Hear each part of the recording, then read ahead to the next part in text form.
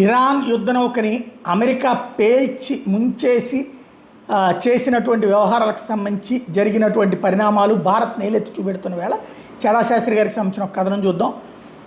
Iran యుద్ధ నౌకను America పేల్చి ముంచేస్తే అమెరికాను ఒక్క మాట కూడా అనని కాంగ్రెస్ లెఫ్ట్ ప్రాంతీయ పార్టీల ముఠా ఆ నౌకను రక్షించలేదంటూ మోడీ ప్రభుత్వం మీద 3 రోజులుగా దుమ్మెత్తిపోస్తున్నాయి.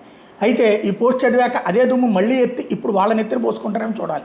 ఇండియన్ ఎక్స్ప్రెస్లో వచ్చిన తాజా సమాచారం ప్రకారం మార్చి 4న ఇరాన్ యుద్ధ నౌక IRIS దేనా శ్రీలంక తీరానికి సమీపంలోని అంతర్జాతీయ జలాల్లో అమెరికా జలాంతర్గామి దాడికి గురై మునిగిపోయింది.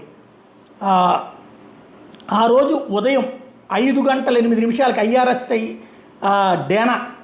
IRIS డేనా డిస్ట్రెస్ సిగ్నల్ అంటే అతి ప్రమాదంలో నౌను పంపింది. శ్రీలంక నౌకాదళం మరియు వైమానిక దళం వెంటనే సెర్చ్ అండ్ రెస్క్యూ SAR కార్యకలాపాలు ప్రారంభించినాయి. 32 మందిని రక్షించారు, 87 మృతదేహాలను సేకరించారు. అదే సమయంలో